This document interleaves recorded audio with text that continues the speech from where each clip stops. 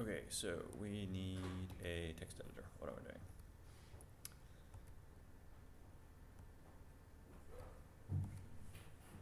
Alright, so yesterday, so it's going to be quite a mishmash actually, because it's kind of like just the leftover bits.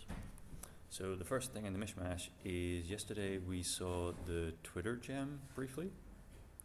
Oh, which was, okay, well it's gone. No, it's not. So we had this big chunk of code, and I'll copy it over just to show it. Ah, sorry.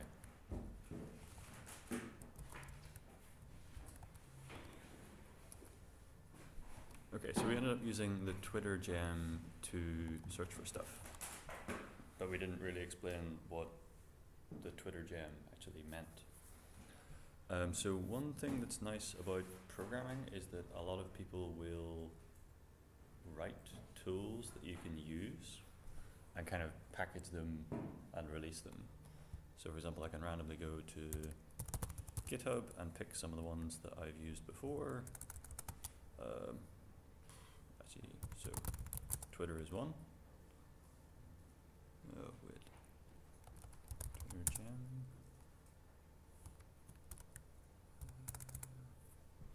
What else? Guys, just another one. So just a couple of random examples. One is like the Twitter gem, so lets you connect to Twitter. Device is a thing for later on that lets you like it handles all the login stuff on a website. So instead of you having to write, so because every website has a login and it's always identical every time you put in your password here and it goes, yes, you're logged in. So instead of every developer writing that same code every time, one person wrote it. Well, okay, tons of people wrote it, and one person went, okay, mine's quite good, I'll publish it, and everyone went, ooh, that is quite good, we'll use it. Actually, they entirely vary by quality, so anybody can release a gem, it takes like 20 minutes, so it may or may not be any good. Usually it kind of works by socialness, that like you ask some other developer, hey, how do you connect to Twitter, and I goes, I use this gem, it's really good. Or he'll say, oh, I used this gem, it was awful, don't use it. So they vary by quality, but the kind of community kind of coalesces on like the good ones. Okay, in general, how do they work? So gem is just a Ruby sort of buzzword, sort of technical term. The general term is like library. A gem is just a library that's like published in a particular format, so that Ruby can use it easily. So for example, I can just do, oh, where's my terminal? Gem install Twitter.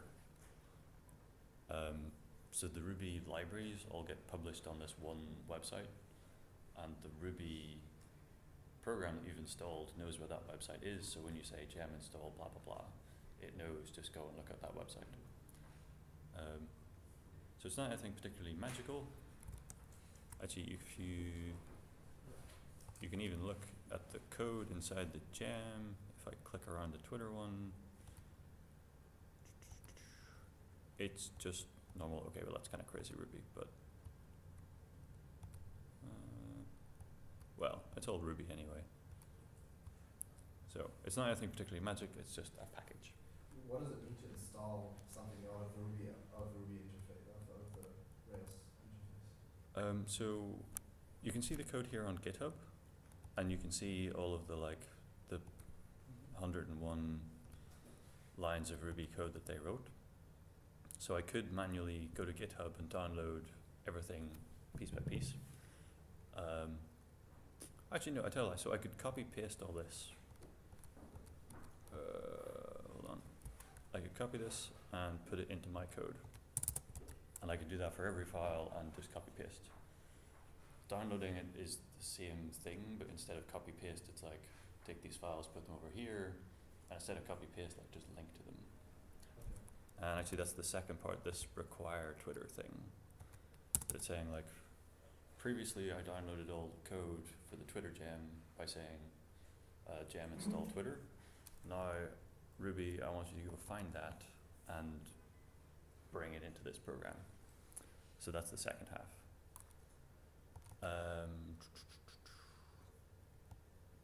Actually, the next bit I'm going to do as a demo. You guys don't do it.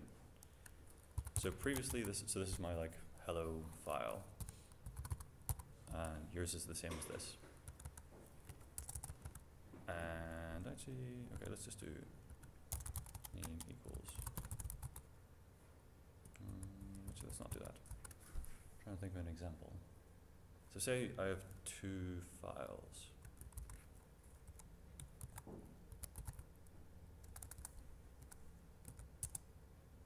No, that's a bad idea. Hold on.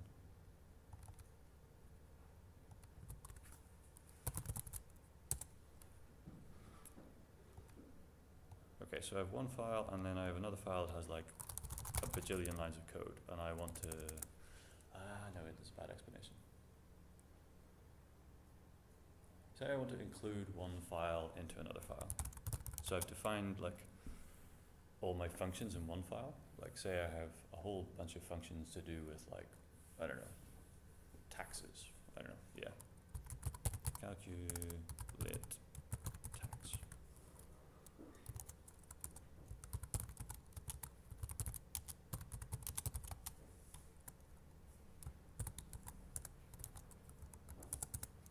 So I don't know, imagine this is like some huge complicated tax calculation stuff. And I don't want to have it in my main program because it's like a million lines long and it's something totally unrelated. So what I want to be able to do is put code in one file and then include it in the other. This will maybe take a couple of attempts. Other. Just gonna test this. Oops.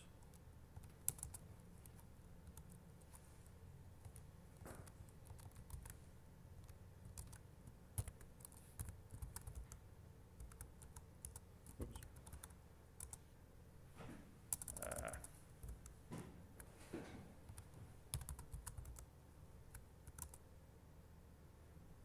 Okay, cool.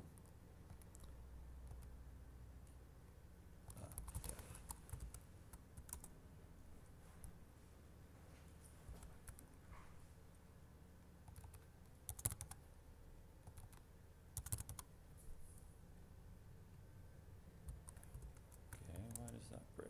Okay. Alright, so just explain that a bit better. So, I told the one file to include the other file, and then I can use the things that exist in the other file in the first file. Okay. So it's like a link, then also like within that link do the, once you go there. Yep. As far as Ruby is concerned, it's the same as if you copy pasted it. In terms of like how it will behave, it's the same as if I'd done this. So for example, if I put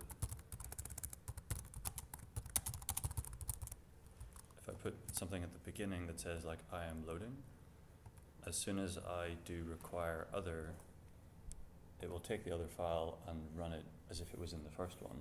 So it will immediately print out I am loading, hopefully. So it goes, hey, I am loading.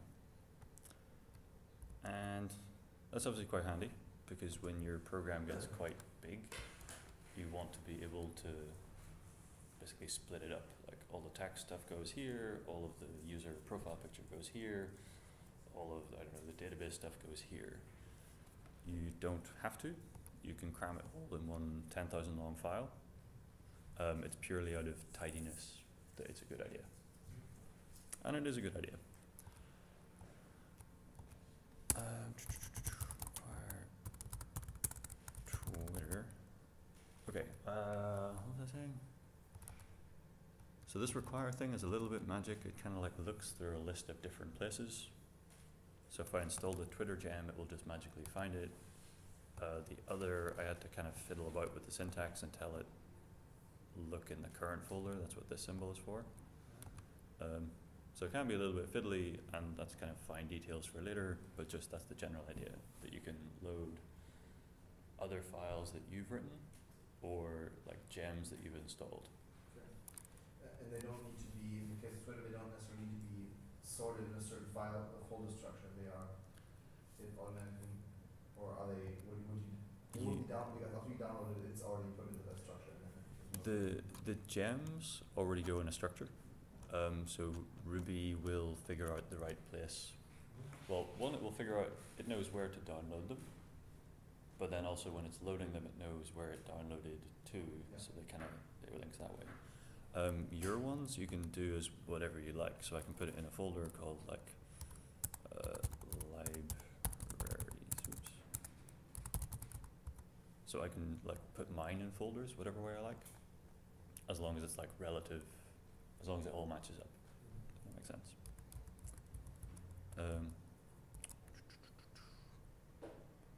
Yeah, it'll get a little bit different later when we do Rails, because Rails magically loads stuff, but that gets kind of strange, so we'll come to it then.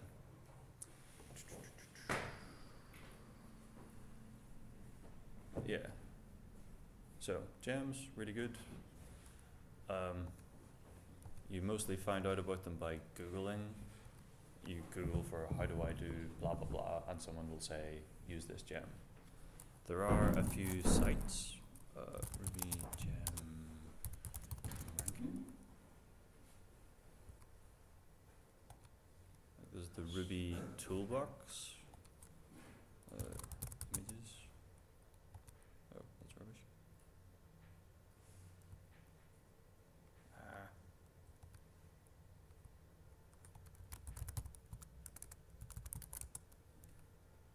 But mostly it's something you find out organically or because somebody mentioned it.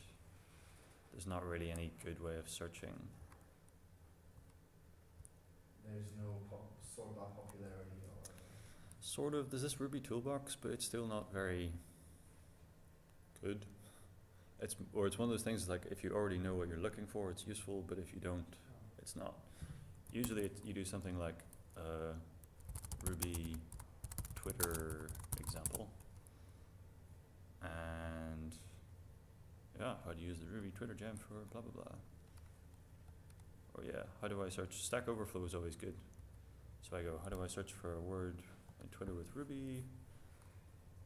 And okay, this guy says use the Twitter API. Faraday gem. The easiest approach would be to use the Twitter gem. Refer to this link for more information. That's usually what happens. That Twitter gem is probably supplied by the Twitter people themselves. Weirdly, no, but usually yes. Yeah, the gems can be written by anybody, so sometimes it's written by the company that's related, or it's by some random person. And that doesn't seem to make that much of a difference. Because sometimes a company will put out a really like lazy version that's not very good, and then some random person will go, okay, I don't like that one, I'm going to make a proper nice one. Then we usually have a different name, right? I mean, it's It varies. I mean, like the Twitter gem is just called Twitter, and it's by some random dude. One annoying bit is the documentation varies enormously. So the question of how do I use blah blah blah gem is mostly you go to their site or their GitHub profile and kind of poke at the examples. This gem, the Twitter gem, is like mediumly good in terms of documentation. It has some examples, but not enough. Some tend to be like really, you get like 3 lines of documentation and that's it. And that's quite annoying. But unfortunately, life. Okay, but it means there's no single, this is how you use gem, it's up to the guy that wrote it, how it works. Okay, so that's gems. Yeah, you need to download them and require them. That's kind of the 2 parts. If you forget either, it explodes. But it will usually tell you. Okay, guess this bit you don't need to type. One thing is you will see variable names.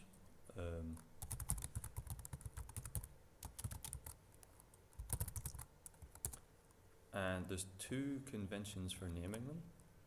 One is this underscore case, and the other is called camel case. size,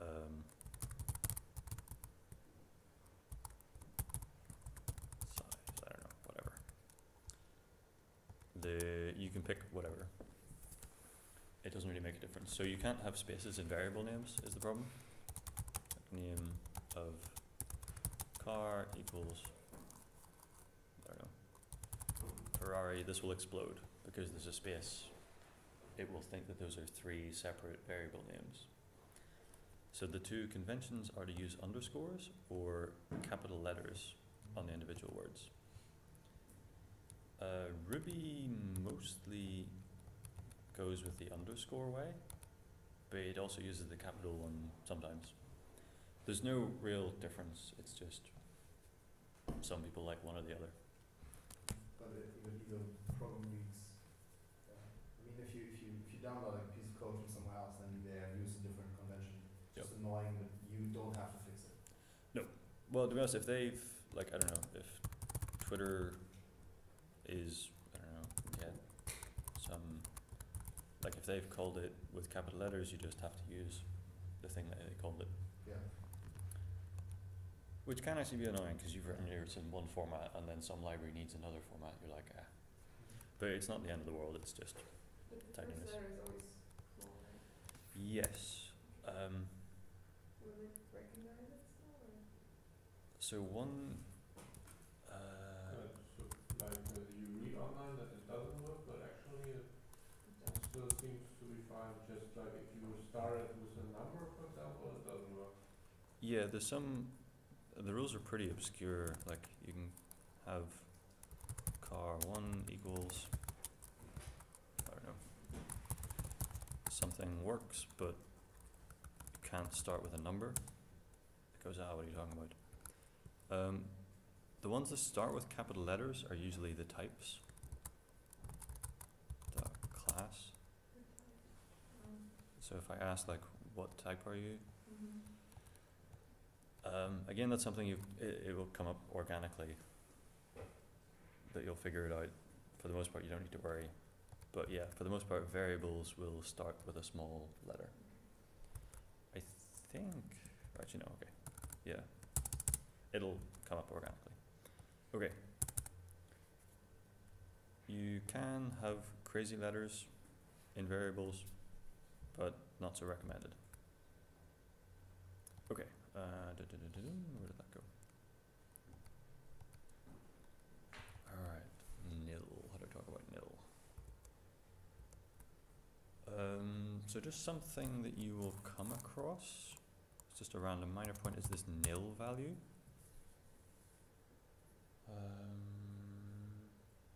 And it basically means empty.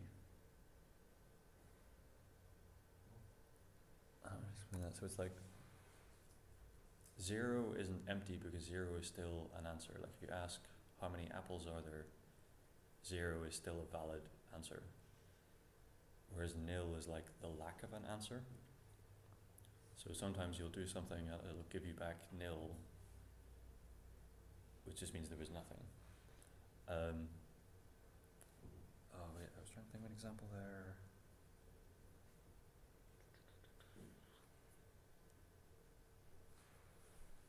Okay, wait, I'll come back in a second. I just want to try something.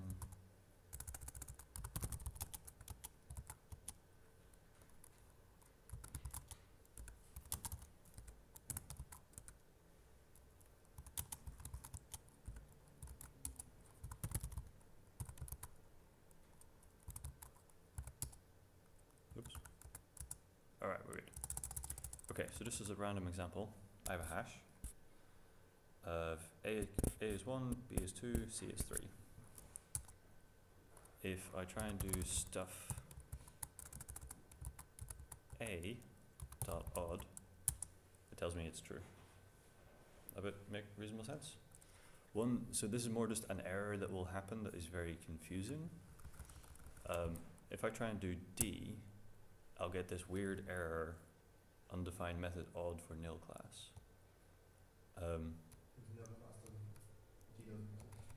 Yeah, exactly. So it's not, it's like, it's technically the error is correct, but in a really like confusing way. That what you would really like for it to say was, I couldn't find the value D.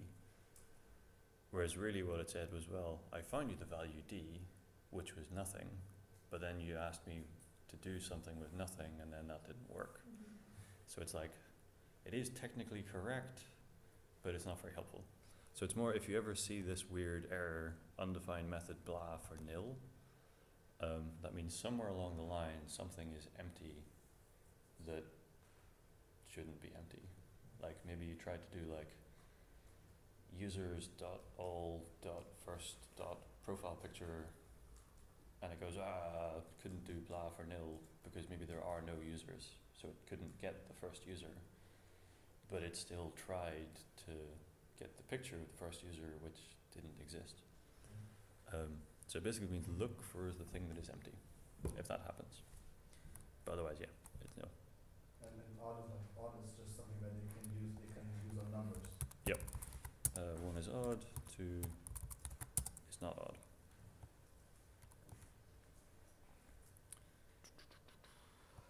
Okay, let's do arrays next.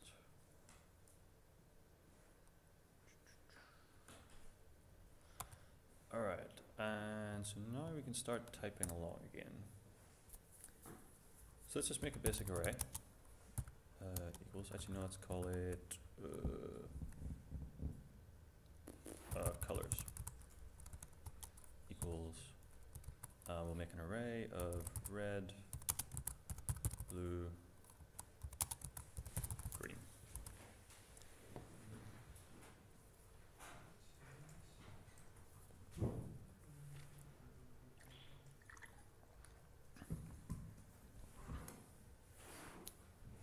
So we have a list, and yesterday, you don't have to type this bit, we saw how to do puts colors dot last, colors 2. So we figured out how to like access individual ones, but if we wanted to print them all out, oops, this would get really annoying, because I'd have to be like, okay, print color 0, print color 1, print color 2, da da da da da.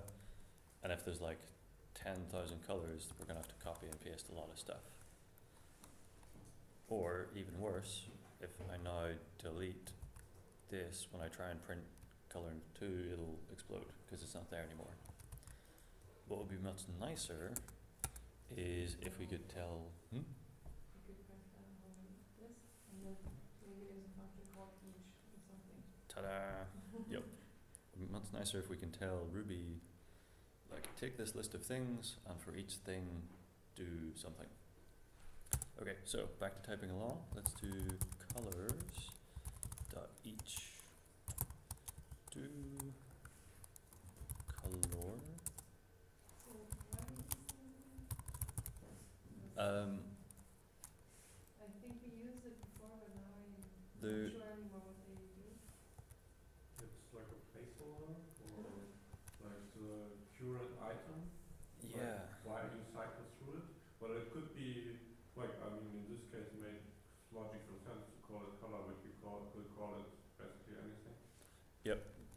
I'll tell you what, we'll come back to it in like 30 seconds-ish anyway, because there's a few things with it. All the student bars. Yes? I want to enter the student bar. For me it's true, but I asked them. I think you're on a German keyboard, which No, is this is an English one. It's top left, right? oops. For me it's all 7. For me, it's shift and then the one next to the enter key. There's a- That's my yeah, there's a lot of like guessing involved. Like I still don't know where the and symbol is. Like I always have to take 3 attempts.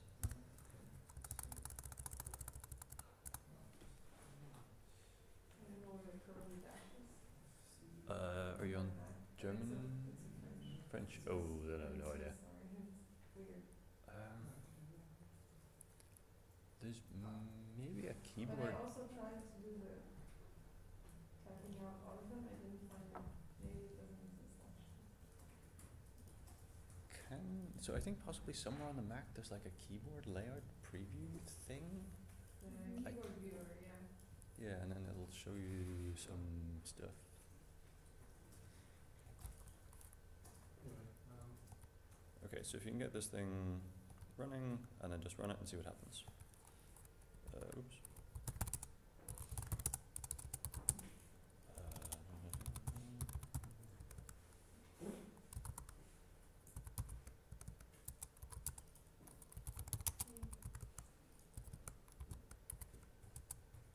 You should see red, green, blue. So it means no matter how many things are in the list, it will do that for each of them. Oh, actually, tell you what, I'm going to sit over here.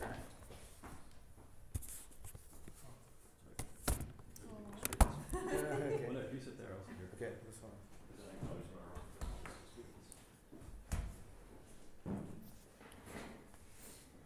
Okay. So I never used this. So I put all the commands here. Oh, and then here I put what I put. Ruby something. Ruby test RV? Test. Nope, not giving hello. I don't know why. Sounds so good. Yep. Okay. Yeah, you can just hit up. Okay. Alright, perfect. Can I ask a unrelated question? Yep. How do we create a new folder through terminal? Did you show us or did we skip that?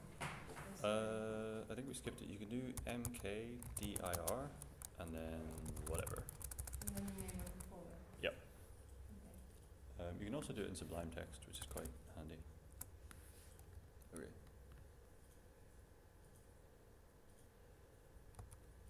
Alright. Hmm?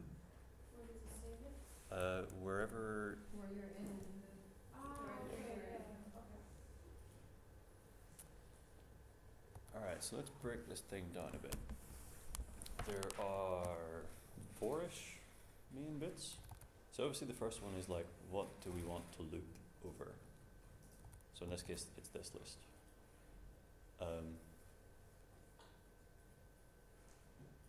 then the obvious bit is what do we want to do with each thing? And like this is the current thing. Actually, maybe for the moment call it current color, just for a laugh. It's a bit overkill calling it current color. But it kind of, in the beginning, it'll help kind of make it more obvious. So it's like this line of code gets run, it's like it takes red and runs this line of code, and takes blue and then runs this line of code, and takes green. So as far as when it runs the line of code, there's only one current color. Does that make sense? It's like, Because each Yeah. Yeah. state From each state one do to- first do one. And Yeah. then yeah. Or I think what I kind of mean is like but it's not really necessary, right? Like there could be also like an each and do, and then you just, I don't know, put the same thing every time, and then it just cycles through without, like, do you have to put that placeholder, or? this one. Yeah, like, I mean, okay, if you use it then later on, of course, but like if you just put some, I don't know. Let's find out. I think technically no. 1, 2, 3.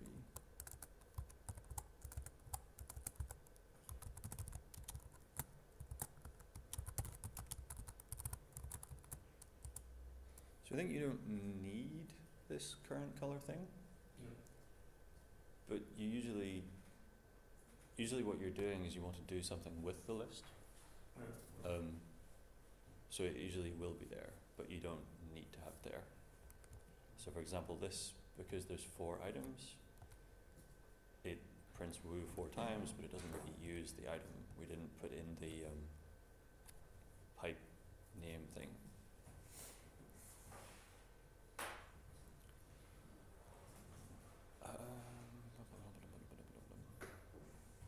Okay.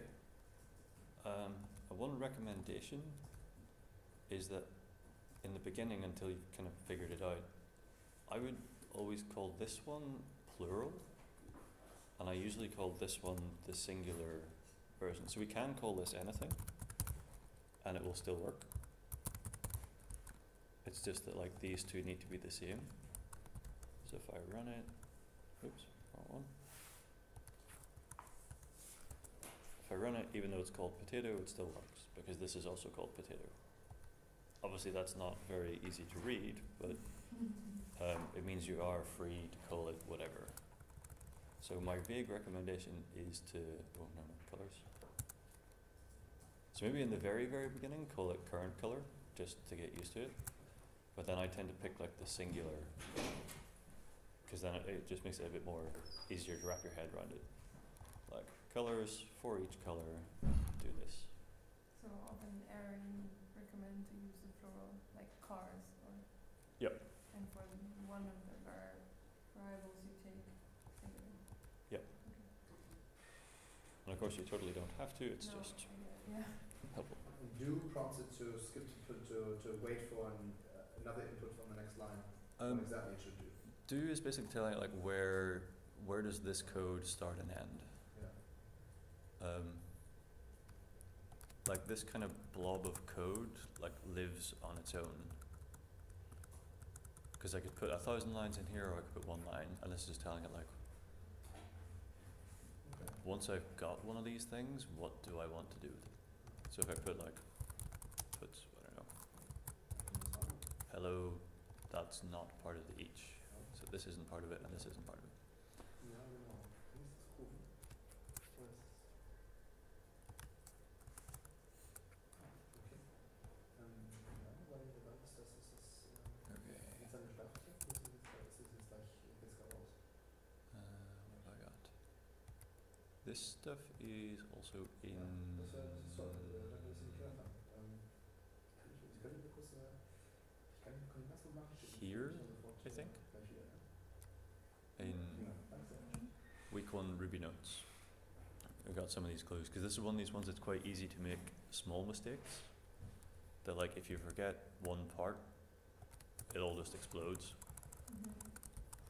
Or like I don't know, maybe you get this but you forget the do, and then you get a weird syntax error and it goes ah. So there's kind of a list of these are the things that you must have or it'll explode.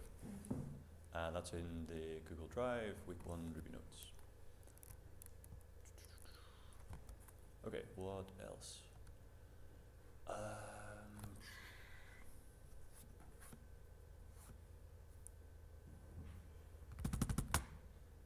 Alright, so there's two common mistakes here that happen a lot.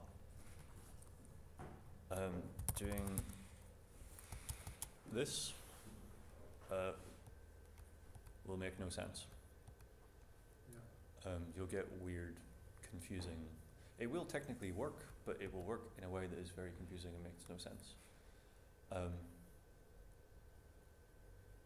I'll just put like x equals 1. So like when I do x equals 1 plus 1, it's like do this code and give me back the result. Whereas this won't be connected to this at all. I don't know, the result of colors.each will be colors. It will just fill this variable with this variable, which is not what you'll really want ever. Because like this code happens on its own. That with each thing it kind of like goes, I'm gonna go over here, do the thing, and then when I'm done, I'm gonna throw it away. So it's like the action that happens in here never goes back to here. It's like it just happens in its own little world. So basically just that's one, I don't know, conceptual thing that people sometimes get wrong. And the other one, So could you have a different function for after each, like instead of do, or do you always? Hang on, wait, I have one thing to write down.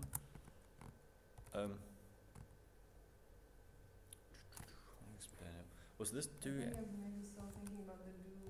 Was it? Because It's just like a way of writing what you actually want to do. It's not a specific function. Yeah, it's like a block of code. A wrapper. Yeah. It's like, so we write this line of code with the do and the end before it, and that code sits on its own, and it's called a block. But so if we just have one function with the puts, then why do we still need to wrap it? That's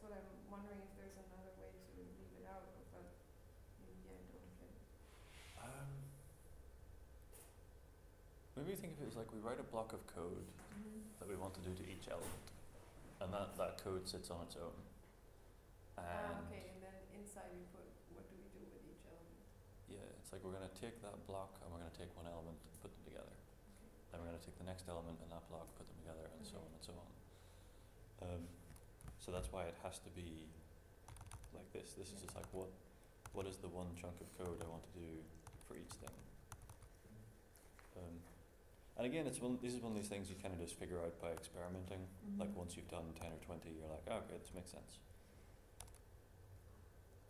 What is the other one? So the other one that goes wrong is if you do, wait, what do I want? No, b equals.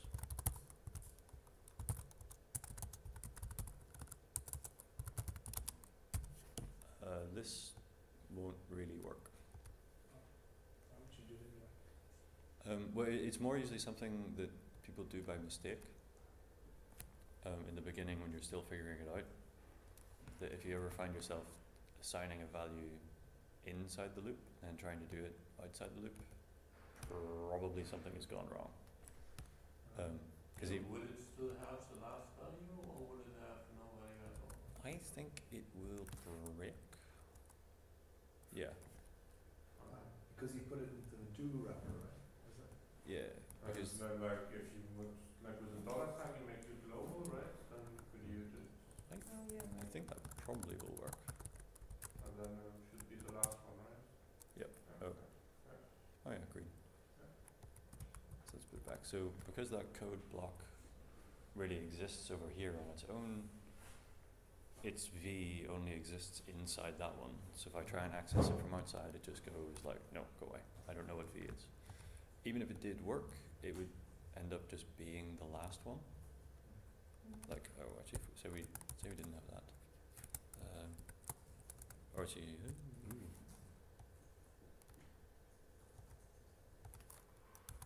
Why only the last one? because on the first loop, it would set V equal to red.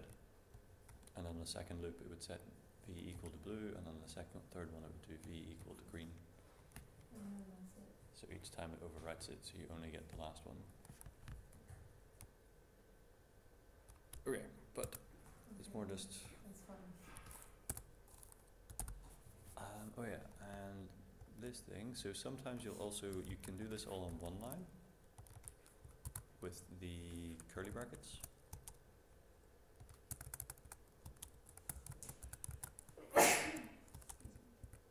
So that's the convention you would use, like you use curly brackets if it's in one line, and use do and end if it's like really long block of code.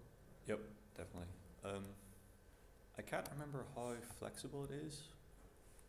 In some situations, if you try and do like a multi-line with curly brackets, it'll complain, but sometimes it will let you, but I don't know when. But in general, yes. Do and So end. they replace the wrapper. Yeah. So it's telling it where do I start and end this chunk. And it's literally the same as do and end. Okay. Is that recommended or is Um, for simple things? Yeah, so for one line, the curly brackets is the right one, and for multiple lines, the do and end. Just real quick, what are these kind of eye-shaped brackets? What are they? These ones? Yeah, exactly. What do they actually do? They're just to tell it what is the name of the variable going to be in here. Okay.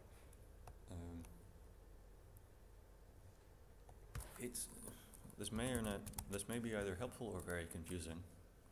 I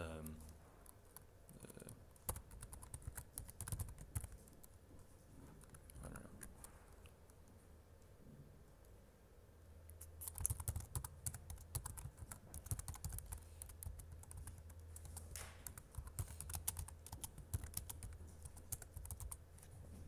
So see when you have a function and you can pass in a parameter and then do something with it. Like this is very similar. Like see the way there's X and then there's color. Actually, okay, wait, let's uppercase.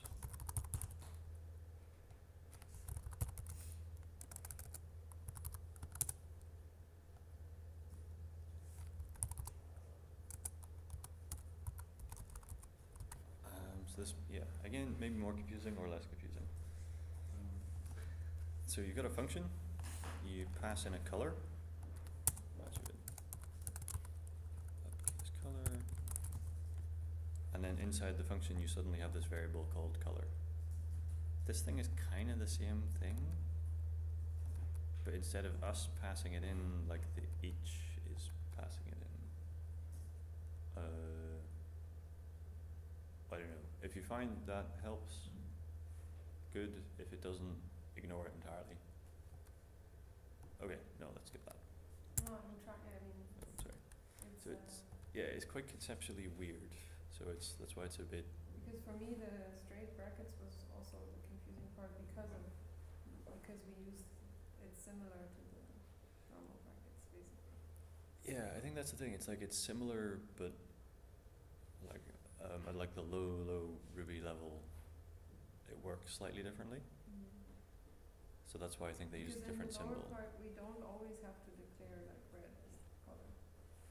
We could also just, like we did last time with the gets, we could ask the user to to give us the color and then. Okay, but I think that. So this thing is quite confusing, but it's one of those ones like the more you fiddle with it, it kind of just makes sense. Did I have anything else with this?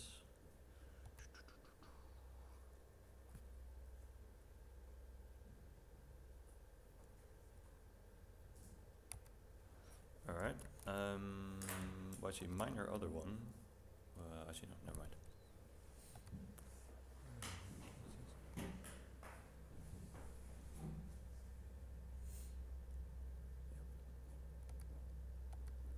Okay, so yeah, that's .h. So it's very helpful for when you have a list of things, like you've gone to Twitter and say, get me all of the tweets, then you want to print out, I don't know, the username of all the tweets, or like, for each tweet, get me the user that posted it, and then get me their profile picture, and then send me an email with the profile picture, or something. That you have some kind of list and you want to do a complicated thing to each item.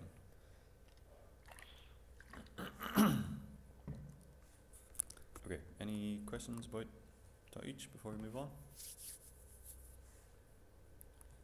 Okie dokie.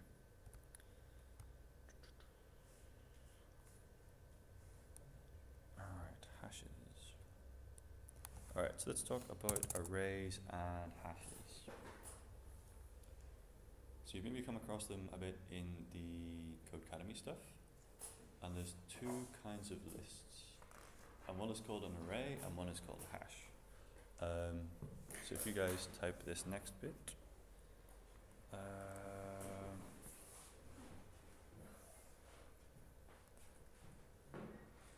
okay, students equals, student.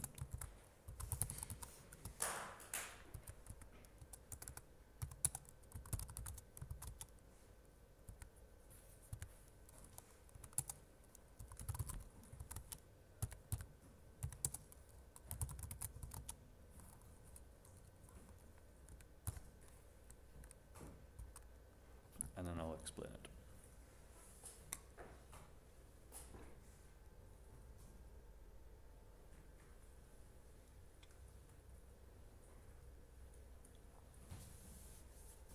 Do the keys have to be lowercase? No. I think they follow the same rules as normal variables. So I think they have to be lowercase, and I think they don't start with a number, but otherwise you're pretty flexible. One question, you have an indent you get an indent for all the names. Yes, that's a good point. So you don't need to indent, but you'll notice I do it up here as well. Yeah. Okay, but then I think they put it automatically, at least in my software. Yep. Okay, it's easy. It makes it easy to recognize where like the overlying the main command starts.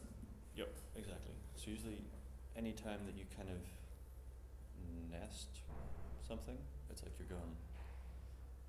If you've got any kind of thing inside of a thing, it's good to indent because because then you see where, like, Yep. what is the inside and what is the outside. It's just helpful. I mean, it's also like, it's partly just tidiness, like lining up all this stuff. That it doesn't, you don't have to, but it makes it easier to read.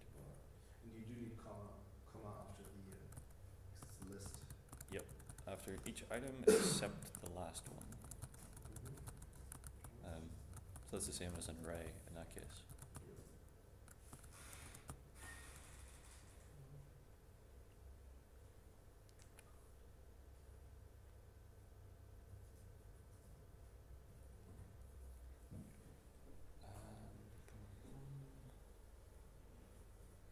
Okay, so obvious stuff while we're waiting. Hashes start. Oh, actually, no, wait. What can we go back to?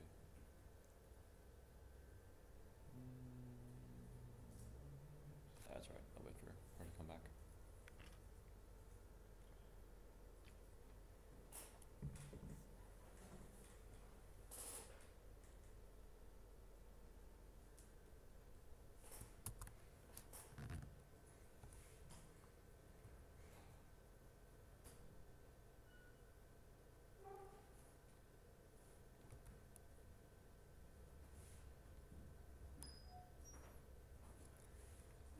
Okay, so the main.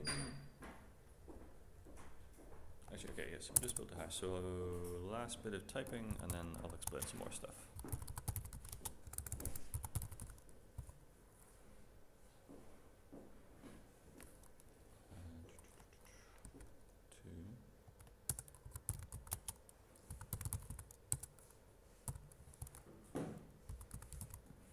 Okay, so type this bit out. You might want to comment out the eaches just so they don't print too much stuff. So they don't what? Because whenever we run it, it'll be printing out the old stuff, and Oh. that'll get just confusing. Okay, so actually once you've got that, run it, and you should see stuff, and then I'm going to explain what we actually did. You should see green and 54, or whatever appropriate.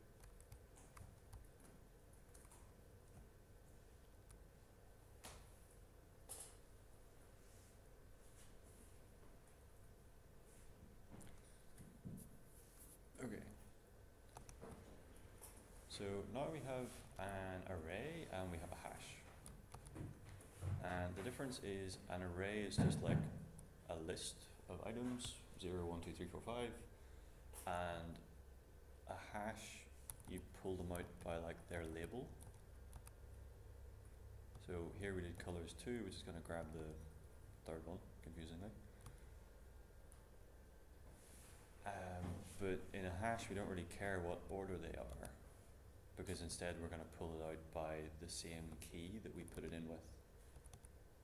And that's the main difference.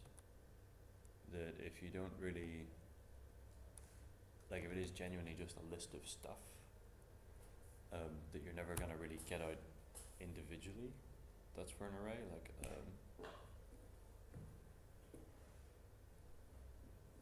well, I guess just a general list. Like something that you're going to do .each on. Like, I don't know. Yeah, like the tweets, for example. You get back 50 tweets. It's just an array because you don't know yet what tweet you're looking for. So you're just going to go through each tweet and print them out. So it's just a list. Whereas this is more like, I have a list, but I want to be able to pull out exactly the right item.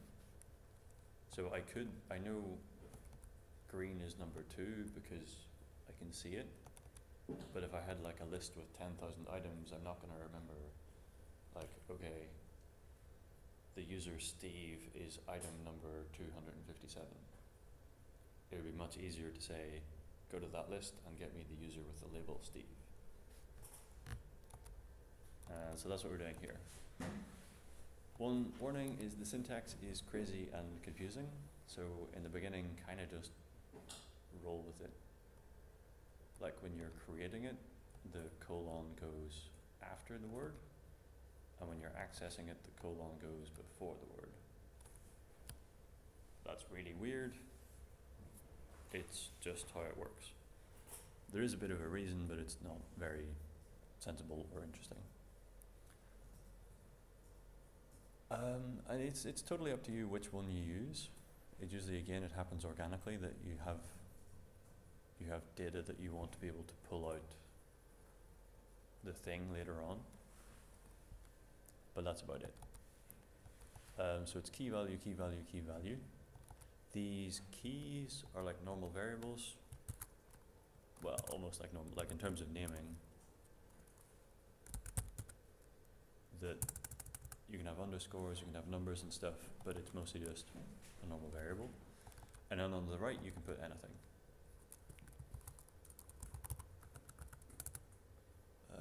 What could I put here? Nil. False. Actually the same applies to a array.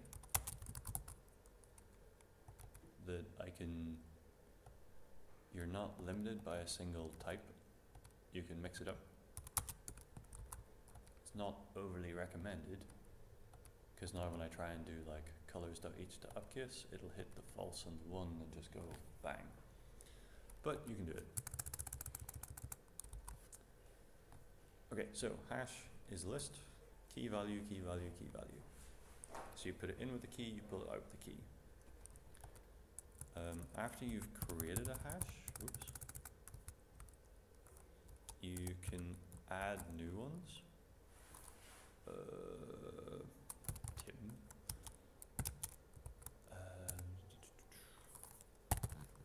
You can add new ones, you can delete them.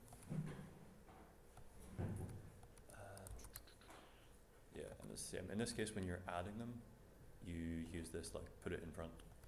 You can also change them actually, so again you can find one that already exists and modify it. So it's pretty flexible, it's pretty cool.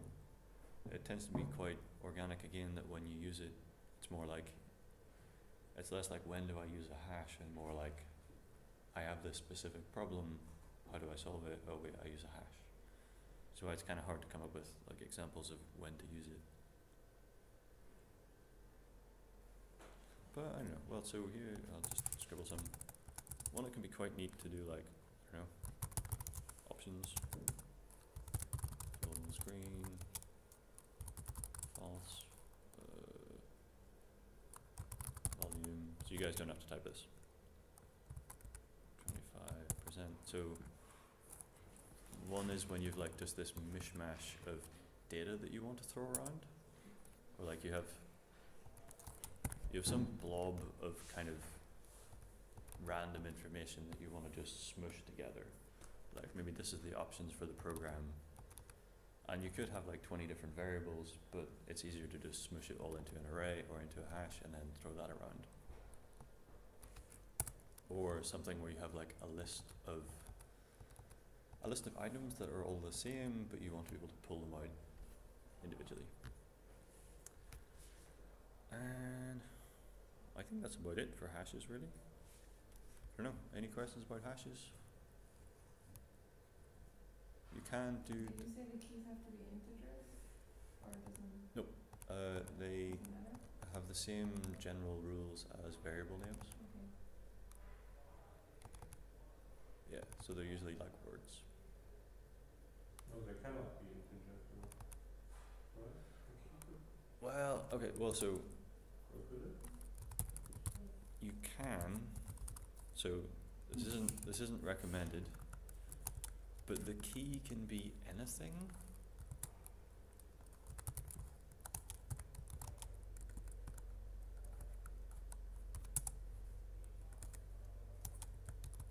Again, it uses a slightly different syntax.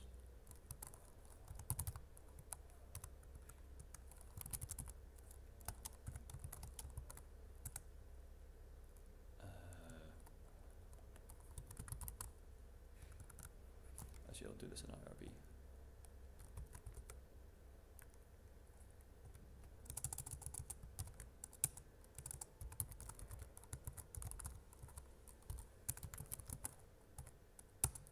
So the key can be anything.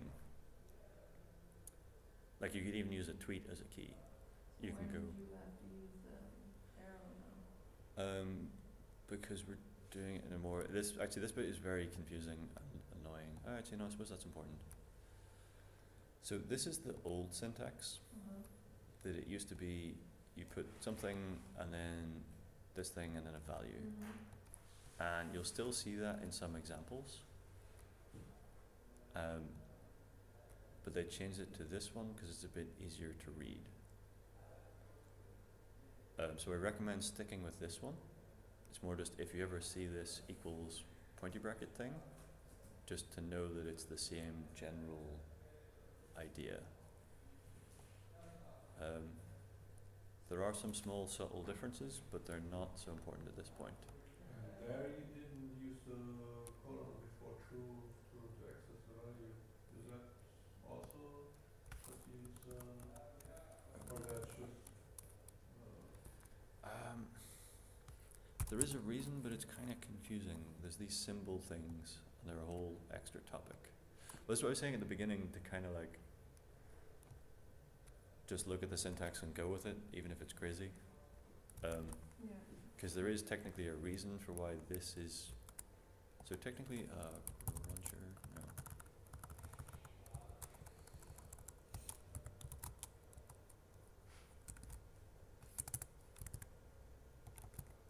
So technically this is the same as this, but now the colon is here.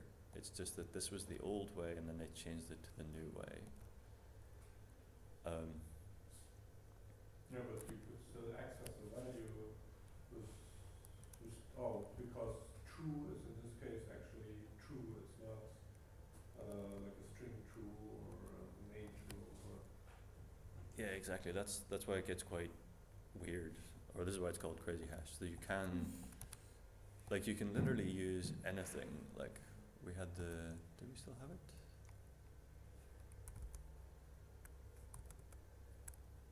Where's the Twitter thing? Like, I could copy this crazy ass thing from yesterday. Oh, where's it gone? And could do this, and then do. So you can go really nuts, but it's obviously, this is just crazy, weird, makes no sense. So I think this kind of level of crazy, it's like just to know it exists, but avoid using it. Like if you stick with this is, because obviously this is way more readable. This is starting to get like conceptually weird that true is false, and we've got like numbers and all these different kinds of keys. So to be aware it exists, that you can use anything as a key, but I think actually that's why they changed to this new syntax, that they made it in the beginning that you could use any key, but because that gets so messy, everybody ended up just using these symbols all the time, and they went, screw it, we'll make a second version that's easier to read. Because like, this is almost always what you want to do, of just like key value. That like once a year you will maybe want to do something really strange. So it's still there when you need it, but because it's so weird, you don't want to do it unless you really have to. But the key thing is if you see the old syntax, just to be aware that's what this means. It means roughly the same thing. Okay, let's change that.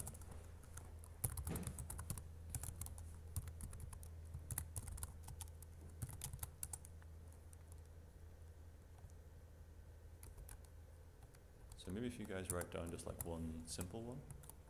Actually, I don't know. So just so you have it as an example. And I'll get rid of the crazy one.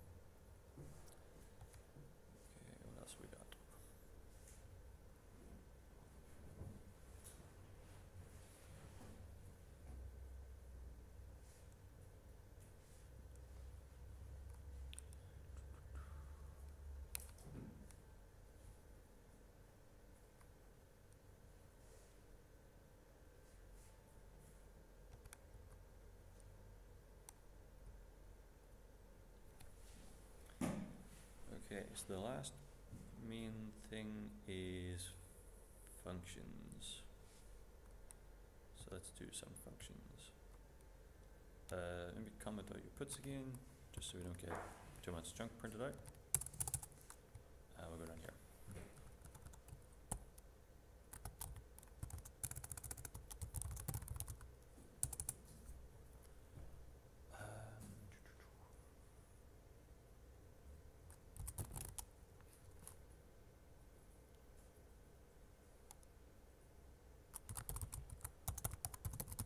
Okay, so you guys type along and then I'll explain more in a second.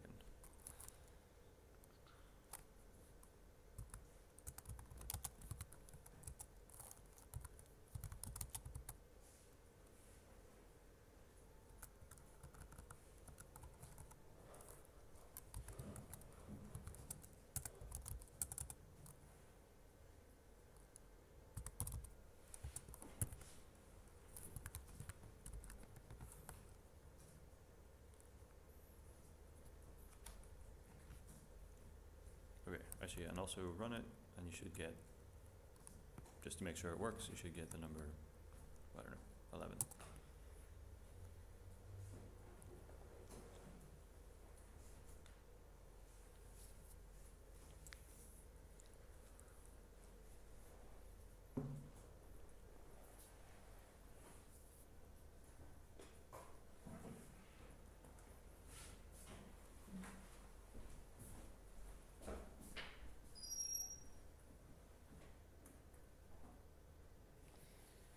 Okay, so just to summarize what we did this yesterday a bit, I'll just kind of ramble and summarize it again.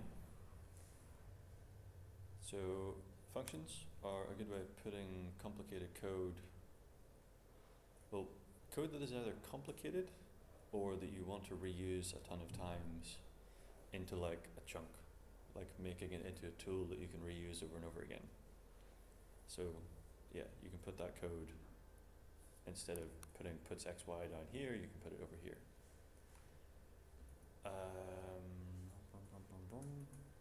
When you create a function, it doesn't run it until you actually call the function,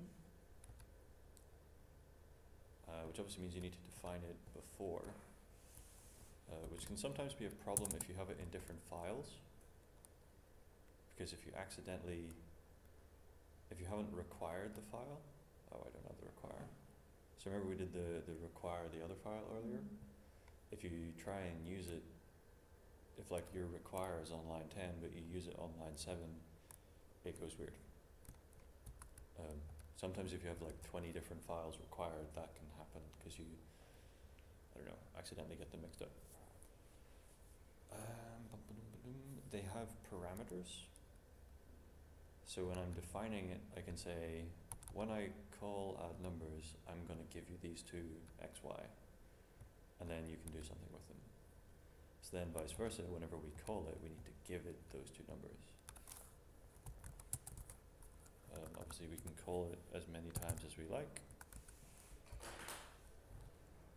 And it's also, this is free to do whatever it wants with these.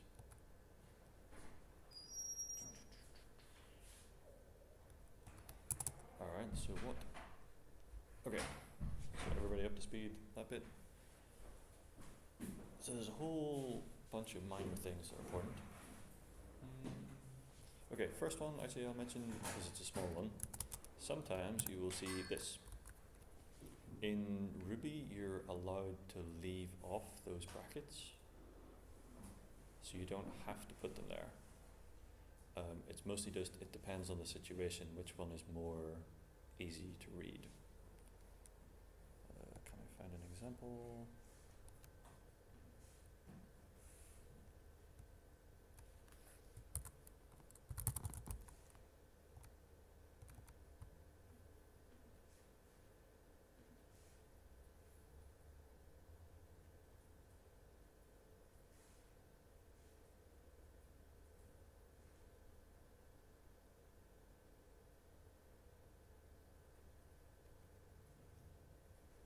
Well, okay, never mind, can't find an example. Okay, but yeah, so sometimes you don't need them. Wait, So you guys don't need to type this next bit, but short function.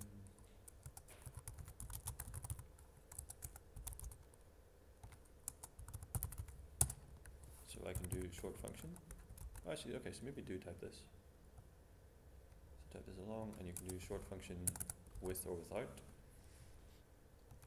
And in this case, it doesn't matter. So usually if you don't have any parameters, there's kind of no point having the brackets. It's easier to just go short function. In this one, it doesn't really seem to make a difference. Both are quite easy to read. Sometimes one is better than the other, but it's entirely in the moment. You just see which one looks better.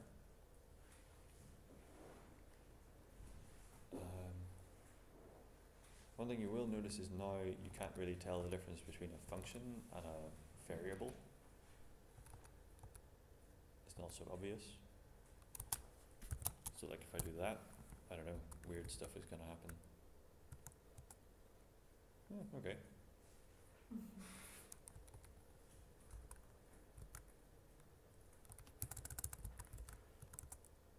Okay. So it's still quite weird. It doesn't explode, but oddly if I say equal to 6, or if I don't say equal to 6, it does woo twice. If I do equal to 6, it does it once. Oh wait, hold on. So if you write in a different order, then it will go up, right? I think what it's done when I did equal to 6 was it overwrote the function with a variable. So then whenever I try and print short function, it prints that variable. So if you now put short function and then the brackets, then that would probably mess it up, right? On variable. Okay. Didn't know that. I don't know. Okay, but as you can tell, it makes stuff quite confusing. You don't really know what's happening anymore, so avoid doing it. There's a few neat tricks you can do with it later on, but they're pretty advanced and crazy. Okay, so have a function, the brackets are optional. If you tell it it's going to have parameters, they're not optional. So if I try and do add numbers with nothing, it goes, hey, wrong number of arguments. You gave me 0 and I want 2. There are ways of doing optional arguments, but they do them later. Okay.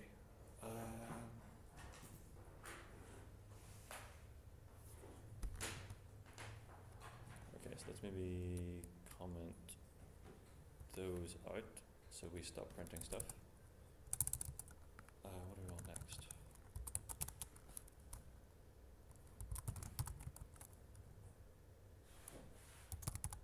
So let's create a new function called double number num x equals num star 2 puts x.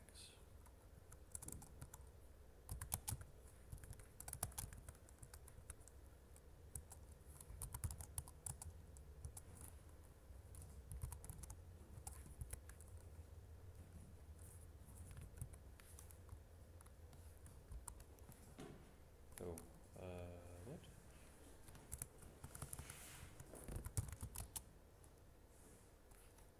Wait, hold on. Let's make this a bit nicer.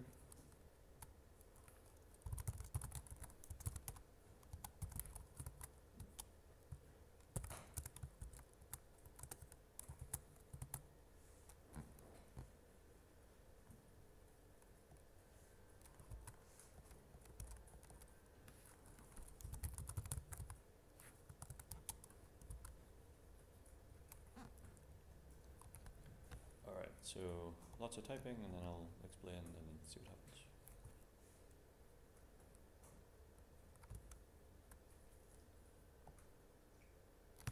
Actually, if you try running it, you should see, is this correct? Yeah.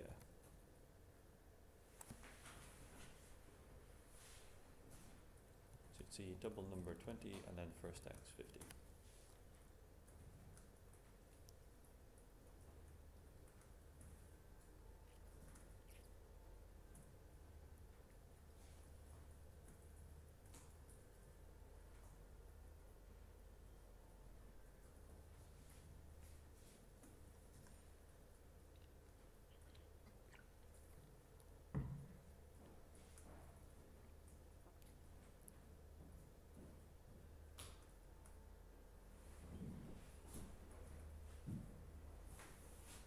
so this is summarize what happened.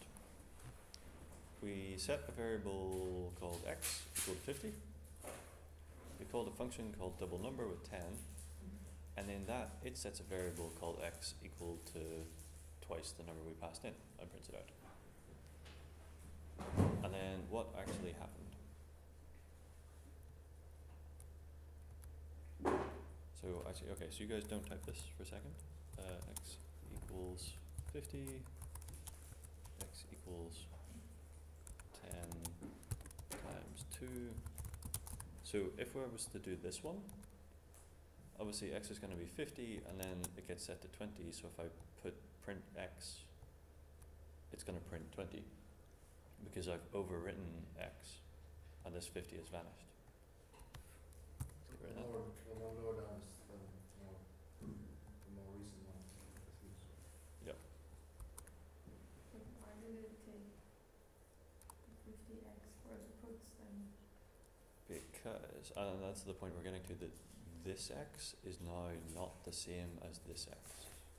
So functions have this. Before we just went through the function and said x is 10, and then the next time we put it out, so why did it go back to line 50 basically? Because 951 is after. yes. Run the function. Well, I mean, this is the thing I'm trying to demonstrate. These two are now two different x's. Yeah, I know. Oh. My question is why in 952 it takes the x in the brackets. That one is 50, right? Yep, it's this x. Yeah, but I would have thought that it will take the x that was made in 951 because it's after. Okay, well, I'll talk for a bit and then it'll hopefully explain it. So the point is there's now two x's, and this x only exists inside here. And vice versa, inside here I can't see the outside x. And that's why this one, so these two are both on the outside. So they're both referring to the same x. Whereas in here, this is the other x. So these two x's are the same, and these two are the same, but this one and this one, and this one and this one are two. Oh, I maybe need a diagram. Yeah, we could get a drawing board.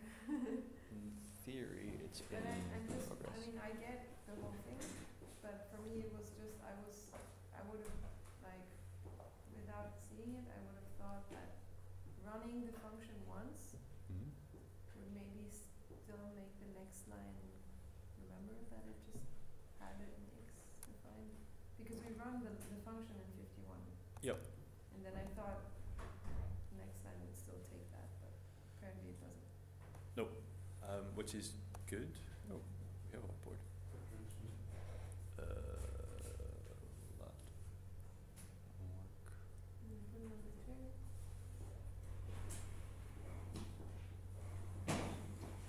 Oh, wait.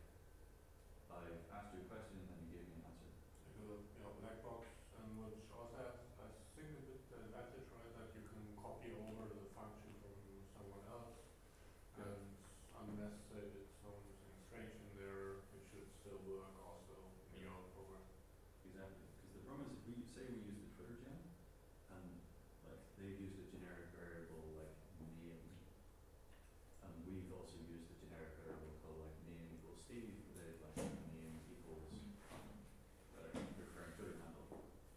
We don't want that to screw with our programmer because suddenly our name gets set to whatever they want it to, and we have to worry about like, okay, does every library, and actually because this is a problem in other languages like in C, it doesn't have this concept so much, there's more global variables, and it becomes a real, you have to call all your variables like my,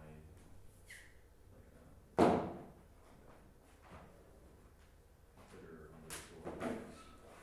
But if you're the guy writing the Twitter library, you have to call it Twitter underscore X, so that the other guy doesn't get interfering with you. You have to have like weird crazy names. But this means we can reliably use like really simple words like X or name or whatever. Because inside the box of a function, its X is its own function. Because we have to also get to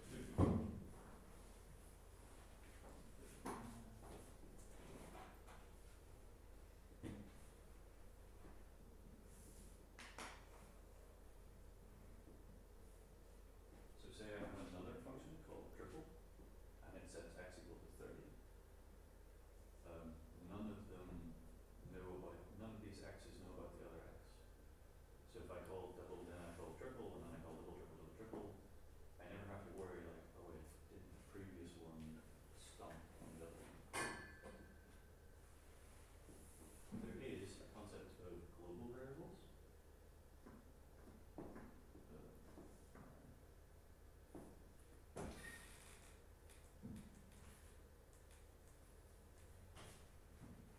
So you can tell it, okay, I want y to be available to everybody. So for all of you, you're going to use the same y. We use that dollar symbol. And it's generally not such a great idea for the same reason as that like Twitter X thing, that if you do too many global variables, then you start having to worry about like, okay, is this thing going to interfere with something else?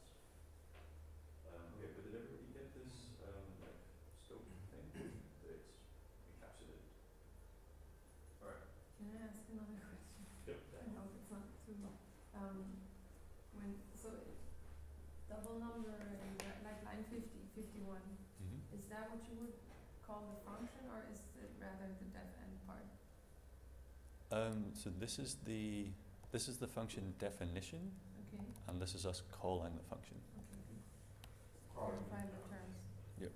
And again, kind of with the box thing, that like this is the inside of the box. Actually, okay, wait. Def. Terry book flights.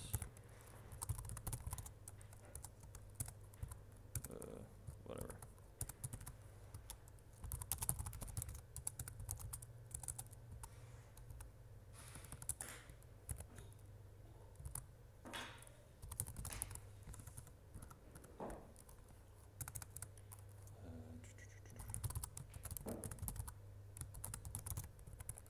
So from the outside of the box, we say, hey, secretary, get me a flight to France. And so on line 59, we don't know how it's happening. Okay. All we're saying is like, it's like an instruction or a question of like, this is what I want, this is how I want it. And then so now we jump to inside the box, and inside the box suddenly we're like, okay. Or like okay, imagine a travel agent or a secretary inside a box, and someone's just like pushed like through the top the word France. She goes, okay, location France, I'm gonna do my thing. So she goes, call travel agent, and off she goes. Okay. But tomorrow she could do like, I don't know, go to easyjet.com.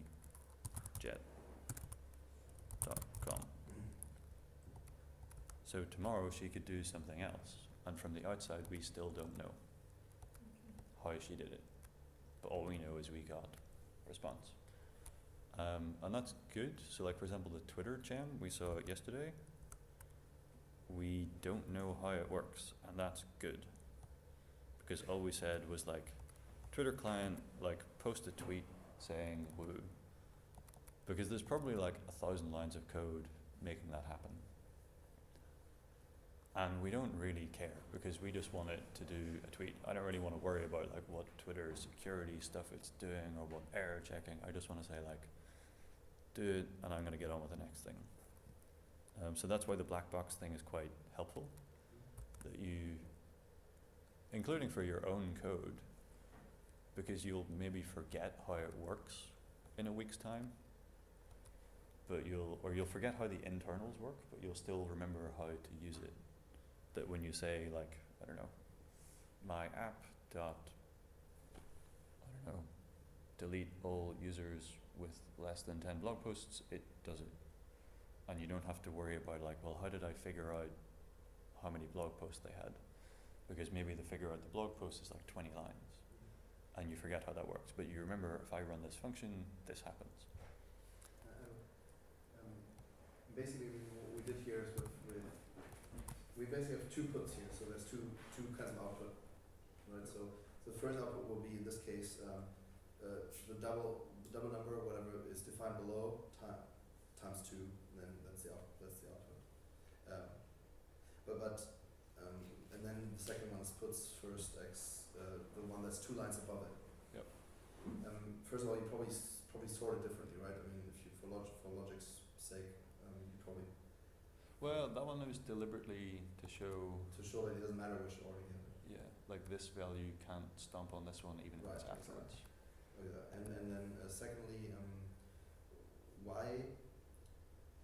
So for this, when you put puts first, okay, it's clear. We'll output that. But double number, it calls off the definition. Mm-hmm. And whenever you do that, then you don't need puts. We're going to come to that later, but we don't need it because it's doing it in here. Yeah, so whenever exactly. we run So this, it just calls it knows to go to the definition of what the double number is. Yep. And then it does the calculation, and within that it will give some output. Yep. It's just good to know that not for everything that you want to output, you need to put directly puts in front of that, as long as there's a, something calling for an output in whatever that line is. Yep. I guess. So that's a good question, because we're going to come to it in a bit, probably after the break, because it is important. Sometimes you want the function to be responsible for printing it, but sometimes you want yourself to be responsible for printed, and you want this to give an answer. Because maybe you want to add the numbers and then multiply them and then do another function, and then at the end print it out. Whereas if each function is printing it out, you've got a whole bunch of junk. But we're going to come back. So I think if we take a break now for about 20 minutes, then we can come back and finish the rest.